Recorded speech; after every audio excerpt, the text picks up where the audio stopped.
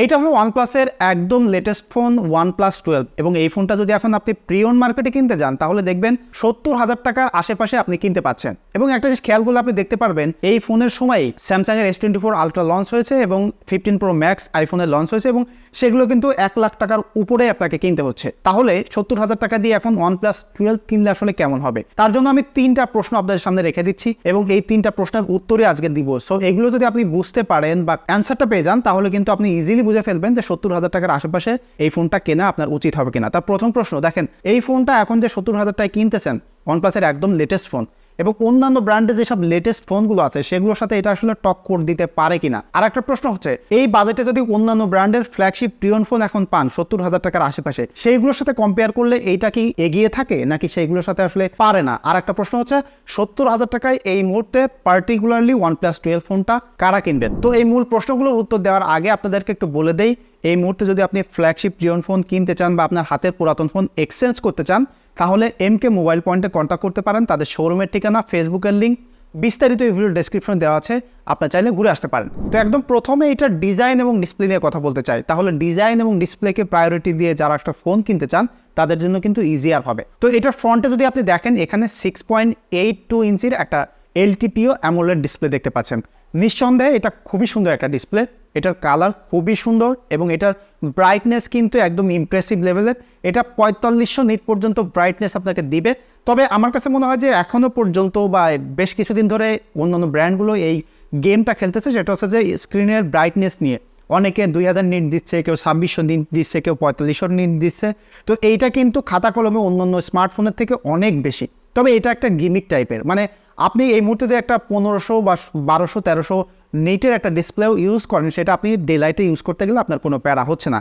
তবে এটা এত বেশি ব্রাইটনেস আসলে অ্যাকচুয়ালি অত বেশি প্রয়োজন হয়ও না। তারপরেও এটাতে আছে, এটা খুবই ভালো জিনিস। এবং এই যে ডিসপ্লেটা, এটা কিন্তু স্লাইটলি কার্ভ ডিসপ্লে, অনেক বিগার ডিসপ্লে সেকশনে আপনার কোনো প্যারা হবে না। এইটাতে যত ধরনের ফিচার অর্থাৎ ফ্ল্যাগশিপ লেভেলের ফিচার দরকার সেটা আছে। ডাইনামিক আপনি এটাতে রিফ্রেশ রেট পাচ্ছে, সেটা 120 হার্টজ পর্যন্ত যাইতে পারে, HDR10 সাপোর্ট করে, অন্যান্য যেসব জিনিসগুলো আসলে দরকার তার সবই আছে। এবং এই ডিসপ্লেটা কিন্তু গোরিয়া গ্লাস ভিক্টাস 2 এর প্রোটেকশন রয়েছে। তবে এই ডিসপ্লেটার আমি খুবই ইউজফুল একটা ফিচার পেয়েছি, সেটা হচ্ছে এটার অ্যাকোয়াটাস, অর্থাৎ যদি হাত ভিজা টিজা থাকে, আপনার হাতে পানি থাকে, তারপরেও কিন্তু এই ফোনটা খুব ইজিলি কাজ করবে, যেটা অন্যান্য ফোনগুলো কিন্তু এই সেগমেন্টে আসলে ভালো করতে পারে না। তবে দুঃখের ব্যাপার হলো এই ফোনটাতে কোনো কিন্তু IP67 বা 68 এর রেটিং নাই। তো ডিসপ্লে সেকশনে এটা খুবই ভালো একটা ফোন, একটা ফ্ল্যাগশিপ ফোন থেকে আমরা যেরকম এক্সপেক্ট করি সেটা এখানে আছে, কোনো প্যারা হবে না। এবং এই ডিসপ্লেটার উপরে এখানে একটা সেলফি ক্যামেরা কার্ড আপনি দেখতে পাচ্ছেন। এখানে 32 মেগাপিক্সেল একটা সেলফি ক্যামেরা আছে, এটা দিয়ে ফেস আনলকও করে। তো অন্যান্য ফোনের ফেস আনলক যেমন লো লাইটে গেলে অত বেশি কাজ করে না, তো এটা আমি দেখেছি মোটামুটি লো লাইটেও ভালো কাজ করে, যথেষ্ট রিলায়েবল আছে। তাছাড়া এখানে আপনি নিচে একটা অপটিক্যাল ফিঙ্গারপ্রিন্ট সেন্সর দেখতে পাচ্ছেন, খুবই কমফোর্টেবল একটা জায়গায় আছে এবং এটা খুব দ্রুত এবং ফাস্ট আনলক করা যায়, এটা নিয়ে আসলে প্যারা হবে না। এবং ফোনটা যদি ব্যাক সাইডে দেখায়, দেখেন এখানে আপনি যে ক্যামেরা বাম্পটা দেখতে পাচ্ছেন এটা কিন্তু OnePlus 11 এর মতোই, অর্থাৎ এখানে খুব বেশি পরিবর্তন তারা আনেনি। অন্যান্য ব্র্যান্ডগুলো যেমন করতেছে যে আগের মডেলগুলোকে রিফাইন করতেছে, সেটাই কিন্তু এখানে করেছে। এখানে স্লাইটলি বিগার ক্যামেরা বাম্প এবং এখানে আপনি 3টা ক্যামেরা সেন্সর দেখতে পাচ্ছেন, তাছাড়া ফ্ল্যাশ লাইট আছে। এটার বিস্তারিত আমি ক্যামেরা সেকশনে বলতেছি। তাছাড়া আপনি যদি এই ব্যাকটা দেখেন খুবই সুন্দর একটা ফিনিশ, সাথে OnePlus-এর একটা লোগো, এবং এটা কিন্তু গরিলা গ্লাস, খুবই দারুণ একটা ফিনিশ, আমার কাছে খুবই প্রিমিয়াম লেগেছে। তবে এটা কিন্তু খুবই তেলা, মানে হাত থেকে খুব ইজিলি পড়ে যাবে। আপনি যদি কভার ইউজ করেন তাহলে এটা সলভ হয়ে যাবে, তবে কভার ইউজ করলে এটা কিন্তু ফোনটা অনেক বিগার লাগবে, কারণ এমনিতেই ফোনটা একটু বড়, অনেক পুরু ফোন এবং সাইডগুলো একটু কার্ভ হওয়ার কারণে অত বেশি প্যারা হয় না। তবে স্টিল এই ফোনটা কিন্তু অনেক বড় সড়ো ফোন। এবং ফোনটার যদি সাইড বাই সাইড আমি দেখাই, দেখেন এই ডান সাইডে উপরে ভলিউম বাটন এবং নিচে পাওয়ার বাটন রয়েছে। তবে এই বাটনগুলো খুবই চিকন, মানে অন্যান্য ফ্ল্যাগশিপ ফোনগুলোতে বাটনগুলো যেমন প্রিমিয়াম লাগে, এটাতে আসলে ওরকম প্রিমিয়াম লাগে না, মানে আমার পার্সোনালি ভালো লাগে নাই। এবং এই ফোনটার যে ফ্রেমটা রয়েছে সেটা কিন্তু অ্যালুমিনিয়ামের ফ্রেম। এবং যদি আপনি বাম সাইডে দেখেন, উপরে এখানে একটা স্লাইডার দেখতে পাচ্ছেন, এটা দিয়ে মিউট সুইচ বা রিঙ্গার মুড এগুলো কাজ করে। এটা খুবই হ্যান্ডি এবং খুবই ভালো একটা ফিচার, যেটা অ্যাপেলের মিউট সুইচ রয়েছে সেটা এখানে এরকম একটা ফিচার আছে, এটা খুবই ভালো জিনিস। এবং যদি আপনি বটমে দেখেন, এখানে আপনি একটা Type-C চার্জিং পোর্ট দেখতে পাচ্ছেন, এটা 100 ওয়াট পর্যন্ত ফাস্ট চার্জ করতে পারে, কোনো ভেরিয়েন্টে 80 ওয়াট আছে। সো এটা এত বেশি ফাস্ট চার্জ, মানে আপনি একটু চার্জে লাগিয়ে দিলেই কয়েক মিনিটের মধ্যে দেখবেন যে দুপ করে চার্জ হয়ে গেছে, এবং সেটা দিয়ে আপনি ভেরি লং টাইম ইউজ করতে পারবেন। এবং এটাতে কিন্তু 50 ওয়াট পর্যন্ত ওয়্যারলেস চার্জ সাপোর্ট করে, রিভার্স চার্জ সাপোর্ট করে। সো এখানে একদম টপ নচ কোয়ালিটির ফিচার পাচ্ছেন এবং এটার যে স্টিরিও স্পিকারটা আছে দারুণ, খুবই লাউড সাউন্ড এবং খুবই সুন্দর সাউন্ড কোয়ালিটি। এবং এখানে আপনি একটা সিম স্লট দেখতে পাচ্ছেন বাম সাইডে, এটাতে ডুয়াল সিম সাপোর্ট করে, সো সিমস নিয়ে আসলে প্যারা হচ্ছে না। এবং এই ফোনটা যদি ডিজাইনের কথা বলি, দেখেন এটা একটা বাল্কি ফোন, তবে এই ফোনটা অন্যান্য ফ্ল্যাগশিপ ফোনের মতো, মানে আপনি যদি S24 আলট্রার সাথেও কম্পেয়ার করেন তাহলে এইটা একটু বেটার হ্যান্ড ফিল আপনাকে দিবে, কারণ কি এই সাইডগুলো একটু রাউন্ডেড, যে কারণে এটা হাতে ধরে অনেক বড় ফোন হইলেও অন্যান্য ফোনগুলোর সাথে কম্পেয়ার করলে এটার হ্যান্ড ফিল এবং ডিজাইনটা আমার কাছে পার্সোনালি ভালো লাগে। এবং এই ফোনটা খুবই প্রিমিয়াম, এটা হাতে ধরলেই আপনি ফিল করতে পারবেন। তবে যেটা বললাম এটা কিন্তু একটু স্লিপারি, সো এই ফোনটা ব্যবহার করতে গেলে একটু কেসিং ইউজ করবেন, নাহলে কিন্তু হাত থেকে পড়ে যাওয়ার সম্ভাবনা অনেক আছে। এবং এই ফোনটা যদি পারফরমেন্সের কথা বলি, দেখেন এই ফোনটাতে স্ন্যাপড্রাগনের 8 Gen 3 একটা প্রসেসর ব্যবহার করা হয়েছে। তো এই প্রসেসরটা লেটেস্ট প্রসেসর, খুবই ফাস্ট একটা প্রসেসর এবং এইটার পারফরমেন্স নিয়ে আসলে কোনো প্যারা হবে না। OnePlus-এর ফোন আমি যতগুলোই ব্যবহার করেছি দেখেছি এদের পারফরমেন্স সবসময় ভালো থাকে এবং এটার হিটিং ম্যানেজমেন্টও অনেক ভালো। আমি এর আগে OnePlus 10 Pro, 11 এগুলো ব্যবহার করে দেখেছি, তাতে হিটিং ম্যানেজমেন্ট খুবই ভালো ছিল এবং 12 এসেও দারুণ আছে। এবং এখানে কিন্তু প্রসেসরটার সাথে 12 GB র্যাম পেয়ার করতেছে, কোনোটায় 16 GB, কোনোটা 24 GB। তো আমি যেটা ব্যবহার করতেছি এটা 16 GB র্যাম এবং এই ফোনটার পারফরমেন্স সেকশনে আসলে কোনো প্রকার প্যারা হচ্ছে না। এবং এখানে কিন্তু OnePlus-এর যে কাস্টম ইউআইটা আছে সেটা আমি এর আগেও অনেকবার বলেছি, আমার কাছে পার্সোনালি অত ভালো লাগে না, কেমন জানি চাইনিজ ফোন টাইপের ফিল হয়। সেটা আসলে সাবজেক্টিভ, কারো কাছে ভালো লাগতে পারে, কারো কাছে না লাগতে পারে। তবে এই যে অপারেটিং সিস্টেমটা সেটা একদম সুপার স্মুথ। এই ফোনটা ব্যবহার করতে গেলে এটা যে রিফ্রেশ রেট রয়েছে ডিসপ্লে, সেটার সাথে এত সুন্দর এক্সপিরিয়েন্স আপনাকে দিবে, অর্থাৎ পারফরমেন্সের জন্য একদম বেস্ট একটা ফোন বলতে পারেন। আপনি হেভি গেমিং করতে চাইলে ইজিলি করতে পারবেন, যে কারণে যারা পারফরমেন্স সেন্ট্রিক একটা ফোন কিনতে চান, অর্থাৎ উড়াধরা পারফরমেন্স চাবেন, ভালো থার্মাল ম্যানেজমেন্ট থাকতে হবে, তাহলে একদম চোখ বন্ধ করে আপনি OnePlus 12 কিনতে পারেন। এটার পারফরমেন্স নিয়ে আপনি কোনোভাবেই হতাশ হবেন না। এবার আসি যে এটার ক্যামেরা এক্সপিরিয়েন্স কেমন। দেখেন এই মুহূর্তে ফ্ল্যাগশিপ ফোন কিনতে গেলে বা যে কোনো ফোন কিনতে গেলে আমাদের কিন্তু অনেক বড়সড় একটা প্রায়োরিটি থাকে ক্যামেরাতে, কারণ আমরা এখন স্মার্টফোন দিয়েই বেশিরভাগ ফটোগ্রাফিগুলো করে থাকি পার্সোনালি। তো এইটাতে যে 3টা ক্যামেরা সেন্সর আছে, আমি একদম সেন্সর বাই সেন্সর আপনাদেরকে দেখাই তাহলে বুঝতে পারবেন। একদম আলট্রা ওয়াইড সেন্সরটার কথা যদি বলি, দেখেন এই সেন্সরটা 48 মেগাপিক্সেলের এবং এইটার যে ফোকাল লেন্থ সেটা কিন্তু 14 mm এবং এটা 114 ডিগ্রি ওয়াইড ভিউ আপনাকে দিতে পারে। সো এটা দিয়ে ভালো আলট্রা ওয়াইড ফোকাল লেন্থ আপনি পাচ্ছেন। এবং নর্মালি অন্যান্য ফোনগুলোতে যেটা হয় থাকে কি যে আলট্রা ওয়াইড সেন্সরের কি মেগাপিক্সেল অনেক কম থাকে, তবে এটাতে কিন্তু খুব ভালো মেগাপিক্সেলের একটা সেন্সর রয়েছে। তবে এটা যে পিকচার কোয়ালিটি আলট্রা ওয়াইডের সেন্সর সেটা কিন্তু সুপার ইমপ্রেসিভ। আপনি নর্মাল লাইটে বা যে কোনো হাই ডাইনামিক রেঞ্জ সিচুয়েশনে যদি ছবি তোলেন, দেখবেন যে সুপার ডাইনামিক রেঞ্জ এটা ক্যাপচার করতে পারে। এবং এই ফোনটা ব্যবহার করতে যে আমি সব সেন্সর দিয়েই খুবই ভালো ডাইনামিক রেঞ্জ ক্যাপচার করতে পারে সেটা আমি পেয়েছি।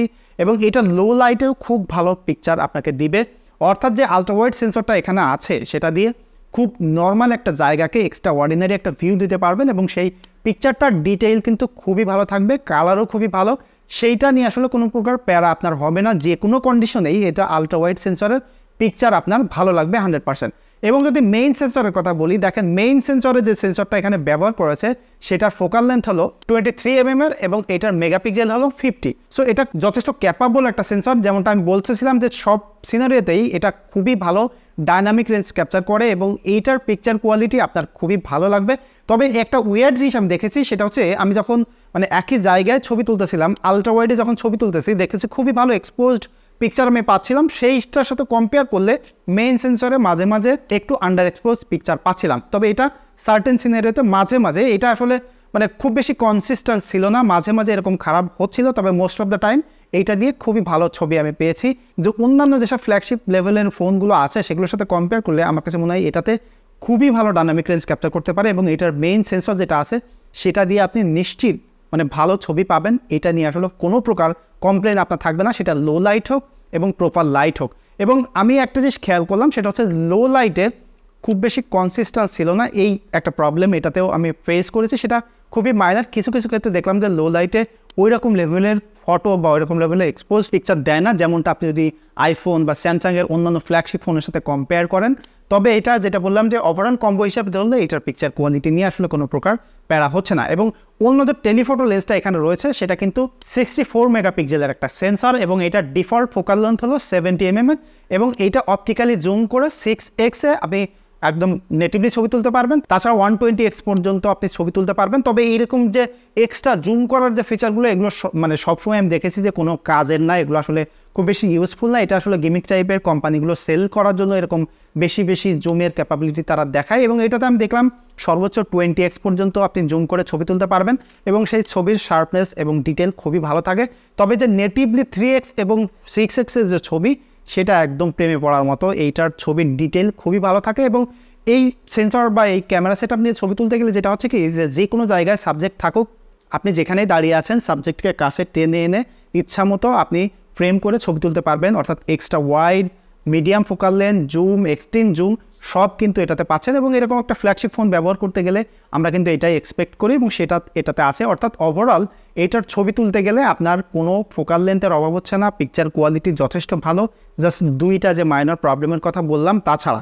এবং যদি পোর্ট্রেটের কথা বলি তাহলে এই ফোনটা একটা বেস্ট ফোন। শুধুমাত্র পোর্ট্রেট তোলার জন্য এই ফোনটাকে আমি বেস্ট বলবো, কারণ কি যে টেলিফোটো লেন্সটা রয়েছে এখানে 3x অর্থাৎ 70mm আপনি ছবি তুলতে পারতেছেন পোর্ট্রেট, এবং সেটা টাইট ফোকাল লেন্থ খুবই সুন্দর এবং যথেষ্ট কম্প্রেসড এবং খুব স্মার্ট এজ ডিটেকশন এটার মধ্যে করতে পারে। এবং এইটার পোর্ট্রেট যে কোনো সিনারিওতে আপনি তোলেন একদম দারুণ পোর্ট্রেট পাবেন এবং এটা আপনার নিশ্চিত ভালো লাগবে।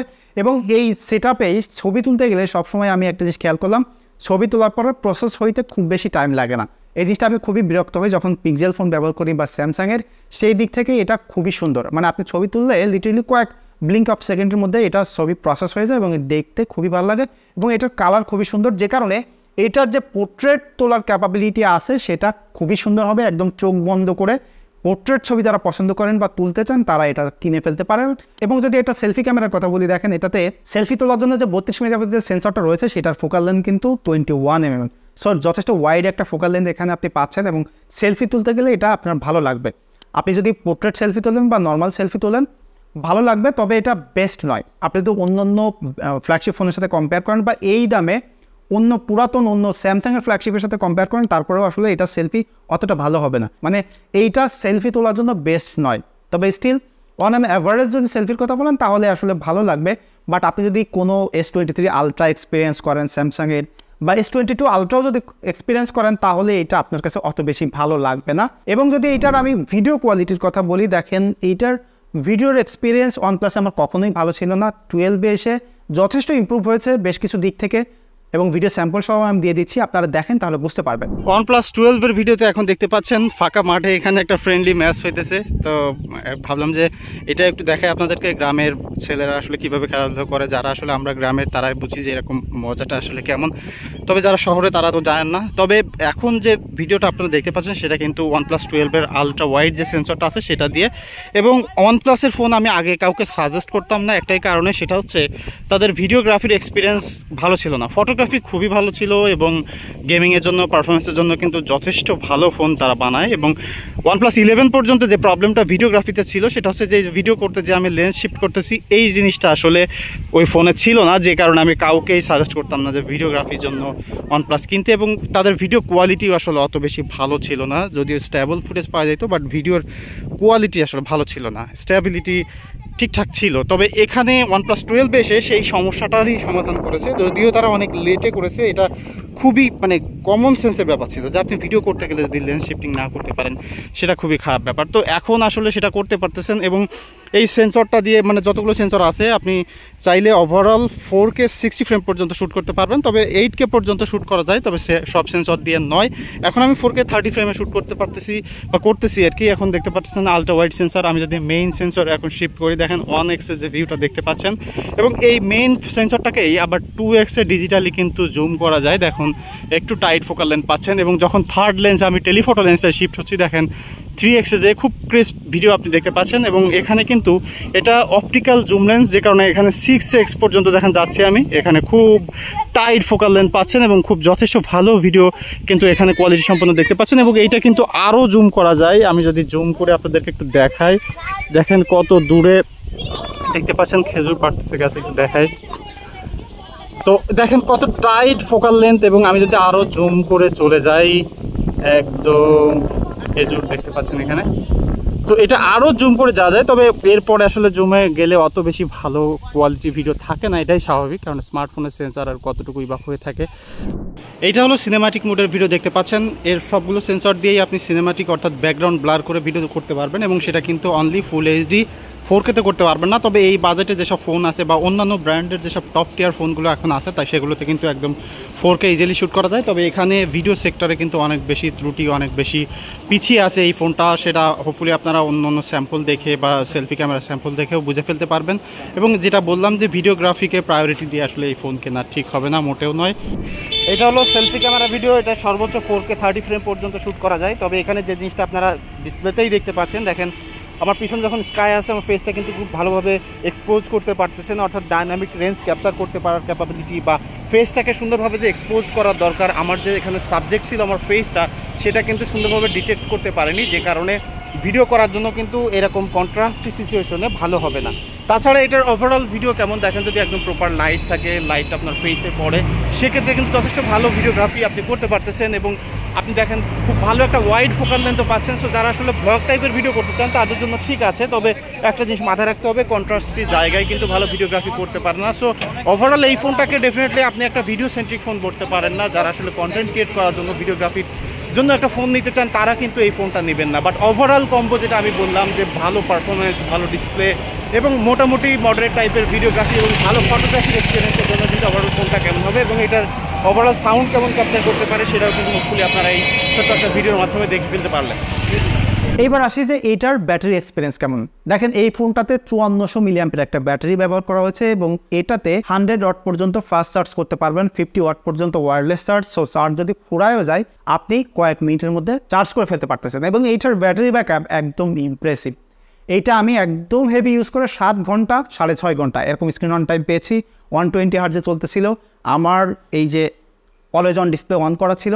এবং এই ফোনটা ব্যবহার করতে যেটা দেখলাম, যে আপনি যতই হেভি ইউজার হন, এটার ব্যাটারি ব্যাকআপ নিয়ে আপনার প্যারা হবে না, আপনি একদিনে শেষ করতে পারবেন না। আরেকটা জিনিস হচ্ছে, যদিও আপনি শেষ করে ফেলেন, আপনি একদম অল্প সময়ে এটা চার্জ করে ফেলতে পারবেন। সো ব্যাটারি সেকশনে এটা নিয়ে কোনো প্যারা হবে না। তাহলে কথা হচ্ছে 2024 সালে এই সময় এসে কারা এই ফোনটা কিনবেন? দেখেন, আপনি যদি বেস্ট গেমিং করতে চান, পারফরমেন্স চান এবং সলিড পোর্ট্রেট ছবি তুলতে চান, তাহলে চোখ বন্ধ করে এই ফোনটা আপনি কিনতে পারেন।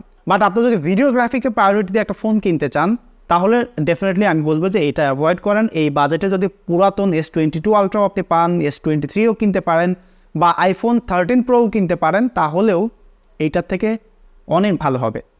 সো এইটাই ছিল মূলত আমার OnePlus 12 পার্সোনাল এক্সপিরিয়েন্স। এই ফোনটা যদি আপনারা কেউ ব্যবহার করেন বা OnePlus-এর ফ্যান কেউ থেকে থাকেন, তাহলে কমেন্ট করে জানাবেন। দেখা হচ্ছে পরবর্তী ভিডিওতে। সে পর্যন্ত সবাই সুস্থ থাকবেন, ভালো থাকবেন। ধন্যবাদ সবাইকে।